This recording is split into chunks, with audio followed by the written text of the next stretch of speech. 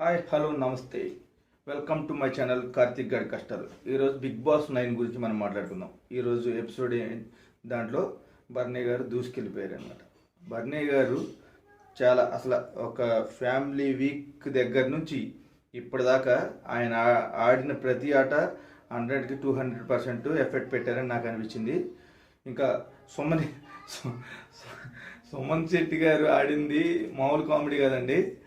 పడి నవ్వుకున్నాను నేనైతే.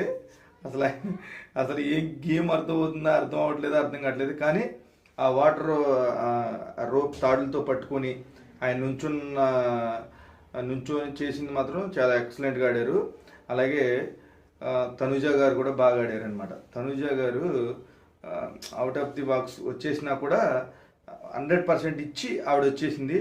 అలాగే మన ఎవరైతే వాళ్ళిద్దరూ బాయ్స్ అండ్ గర్ల్స్ ఆడారో అయినా కూడా దానికి సంబంధించి ఆయన్ని దాటుకొని ముందుకు వచ్చింది అనిపించింది నాకు తనుజ కూడా చాలా గ్రేట్. కానీ తను ఇంకొంచెం ఉండుంటే తనే గెలిచేది. కానీ సపోర్ట్ మొత్తం సుమన్ శెట్టి గారికి వచ్చింది అనిపించింది. అంటే భరణి గారు సపోర్ట్ చేయడం వల్ల, మన పవన్ కూడా సపోర్ట్ చేయడం వల్ల సుమన్ శెట్టి గారు ఎట్లా నెక్కుంటూ వచ్చారు.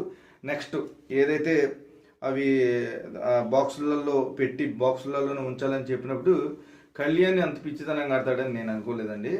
ఇప్పుడు పవన్ ఏదైతే చేశాడో సేమ్ కళ్యాణ్ కూడా సుమన్ గారిని టార్గెట్ చేయకుండా పవన్ టార్గెట్ చేసినట్టయితే అప్పుడేమయ్యేది, పవన్ దాంట్లో పెట్టుకునేవాడు, కళ్యాణ్ దాంట్లో పెట్టుకునేవాడు.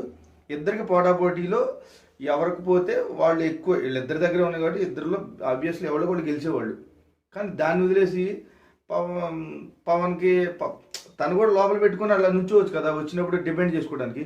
కానీ అది ఏం బుర్ర ఆలోచించలేదని నాకు అనిపించింది.